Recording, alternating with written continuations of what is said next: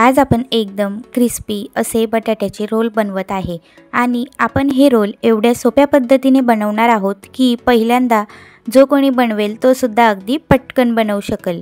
ही recipe खूपच tasty आणि crispy होते। एकदा नाश्त्याला तुम्ही नक्कीच ट्राय करू शकता। मुलंसुद्धा खूपच आवडीने खातील।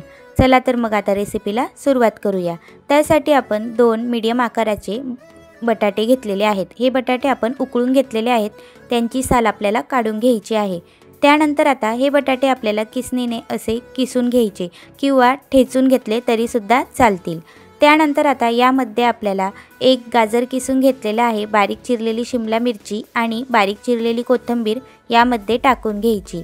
त्यानंतर यामध्ये आता आपल्याला 1 चमचा गरम मसाला, 1 चमचा लाल तिखट, त्यानंतर 1 चमचा आपल्याला यामध्ये हळद टाकायची आहे। त्यानंतर 1 चमचा धनेपूड टाकून घ्यायची, कसुरी मेथी बारीक अशी चुरून घ्यायची। त्यानंतर यामध्ये आपल्याला 1 चमचा चाट मसाला टाकून घ्यायचा आहे। त्यानंतर लिंबूचा रस सुद्धा टाकून घ्यायचा।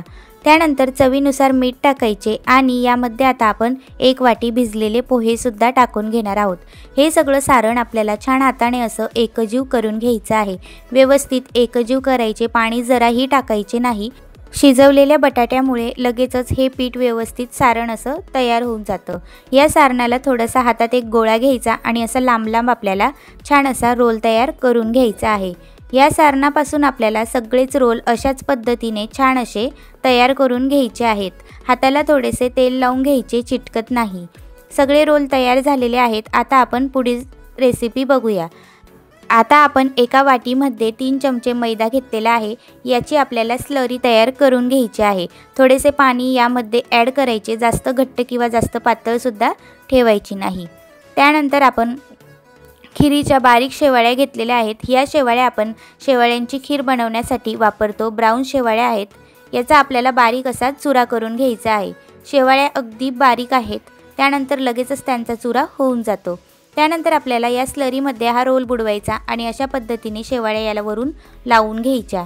हे बघा छान असे लावून झालेल्या आहेत। आता कडकडीत तेलात मंद आचेवर आतून मस्त क्रिस्पी, वरतून सुद्धा क्रिस्पी असे आपल्याला हे रोल तळून घ्यायचे आहेत। आतून सुद्धा हे रोल अगदी खरपूस होतात, वरतून तर एवढे क्रिस्पी होतात आणि खायला तर खूपच टेस्टी लागतात।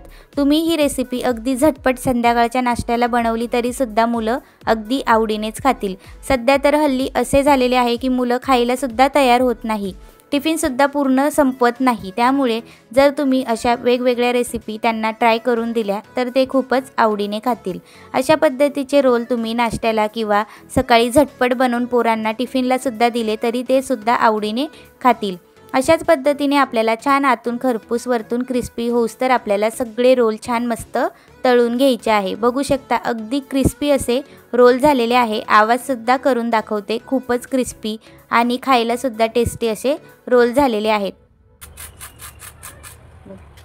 बघू शकता अगदी कुरकुरीत असा आवाज झालेला आहे आणि तोडून सुद्धा दाखवते, आतून सुद्धा मस्त मऊसूत अगदी छान तळले गेलेले आहेत।